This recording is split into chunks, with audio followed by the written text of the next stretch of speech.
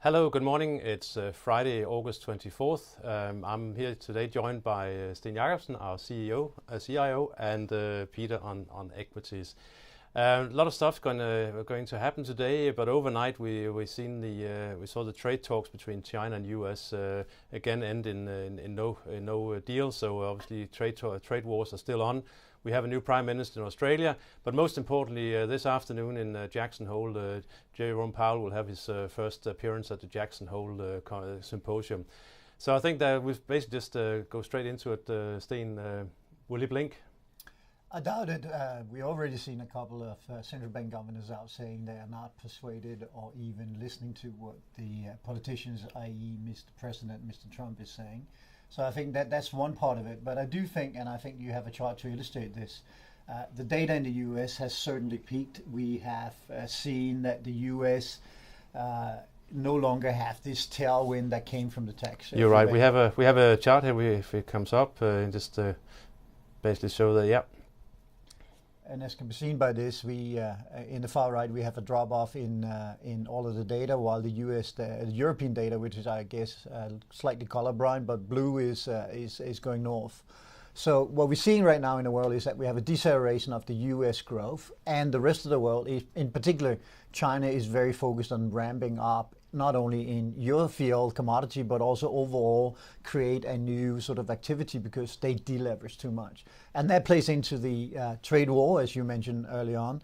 The trade war is on. I don't think that Trump, particularly if you mention his personal problems in terms of the indictment or potential indictment, then he's going to ramp up again. He's going to put up the volume on trade talk. So I think we're in for an interesting week. But going back to Jackson Hole, remember Jackson Hole is the yearly gathering of the Kansas Fed, who gets all the central banks around the world to come there. And quite often we've seen policy changes being announced at its meeting, in particular during the Bernanke time. But having said that, I think right now what they're going to be talking about, at least on the sidebars of the Jackson Hole, will be the emerging market central bank governors will be pushing the Fed to say, hang on a minute, what you're doing right now is upsetting the ability of the rest of the world to come back to a normalization policy. And actually you're creating an even bigger gap between us and you. And I think that is probably the real interesting part of the Jackson Hole, how that plays out, in particular how it plays out into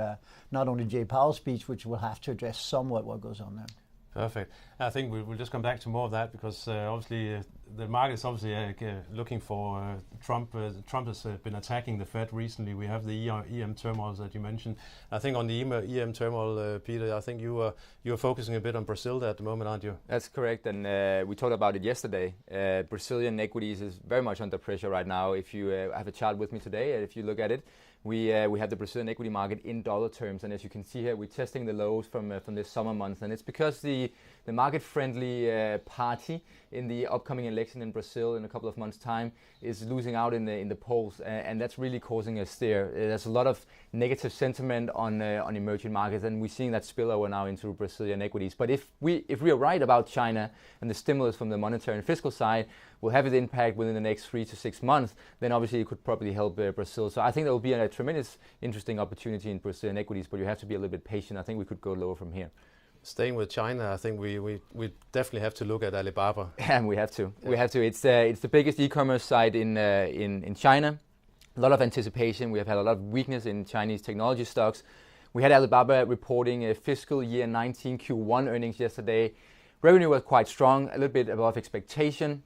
The initial reaction was actually the stock was up almost 5% in the US session, and then it came all the way down. And this chart you can see here is a five-year chart on a weekly basis.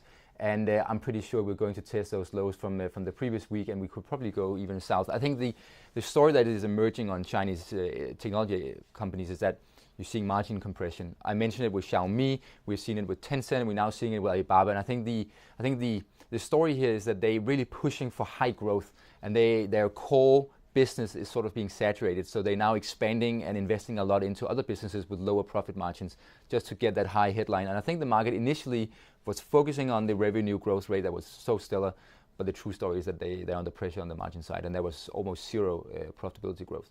But isn't also the story that, the multiples in China has come down from the overall Shanghai Composite is down from 44 to 22.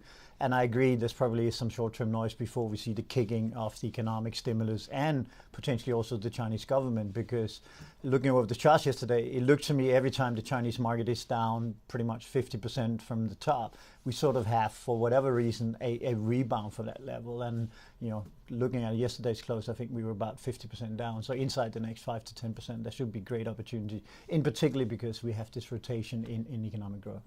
I agree, and that's also why we've been saying all week we think people should slowly, or investors should begin slowly scaling into Chinese equities, or for that matter, even EM. Don't be too aggressive, because we could maybe have another 5% down, but there's no doubt that the Chinese government is intervening in the economy and the financial markets, even rumored to doing that today, right? So there's a lot of things happening in China, for sure, but I think we will have a pretty sizable rebound. You said aggressive, Peter, and I think if there's one thing that's becoming increasingly aggressive, that's Mr. Trump on his tweets.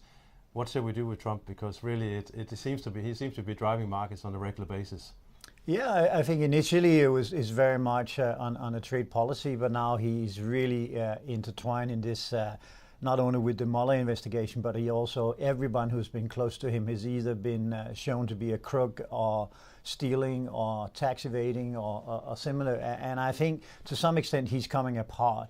But we have to remember in the US judicial system that it's only Congress that can indict Mr. Trump if we're talking about an indictment. And that indictment is not going to happen pre-midterm, which means really that it was already a big event, the midterm, of course, because of the constitution of the Congress, but now it's an even bigger matter.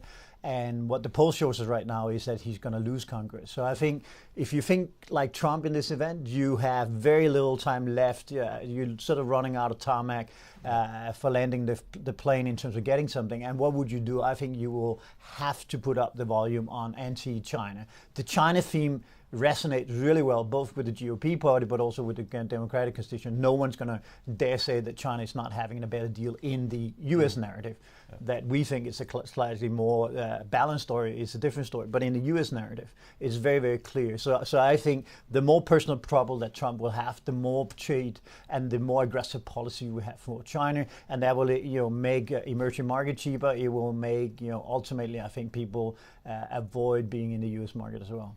So he will be looking for some external wins with the political scene more or less on the standstill. Absolutely, absolutely. That's what we've seen from Trump. He's certainly not going to be backing down on any of these issues, and trade resonates well with his base, as they keep talking about in the U.S.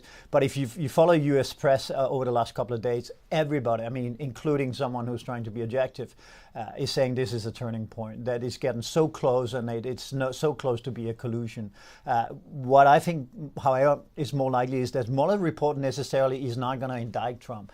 But I think the report on his own will have to stand on his own. It will be delivered to Congress, and then Congress will have to take sort of charge of the process. I don't think Mueller wants to be involved with whether he should be indicted or not. He's going to provide the evidence. And I think that story is not in the market. The market right now thinks that Mueller is going to go after him and make indictment. I don't think that's the story. I think the real story here is, but that only again makes the midterm election and how it shapes up better. Yeah. And overall, in all this, we got the dollar, which has really been a major driver for a lot of these asset classes recently. It looks like the dollar is weakening now for a second week in a row. But if you look at euro dollars, we stock here between 115 and 117. I'll just finish off with a couple of commodity updates. If you look at the slide here, we got crude oil.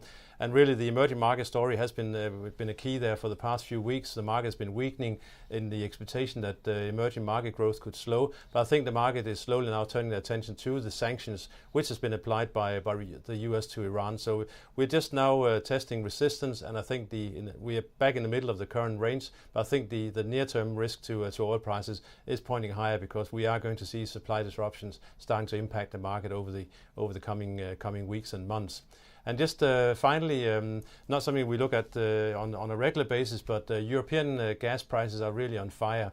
We're going to face higher energy bills in Europe this coming winter. If you look at some of these charts, we got carbon emission trading at a 10-year high.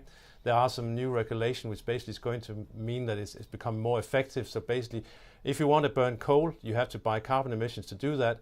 As coal price goes up and carbon price goes up, then obviously the alternative gas goes up as well. And that's why we are now reaching some very high levels on gas in the UK. It's close to the highs that we had last winter when there was supply disruption. So really an area we need to keep an eye on as well. And I think on that basis we'll finish for today. Thank you very much, Steen, for joining us, and we'll see you again on Monday.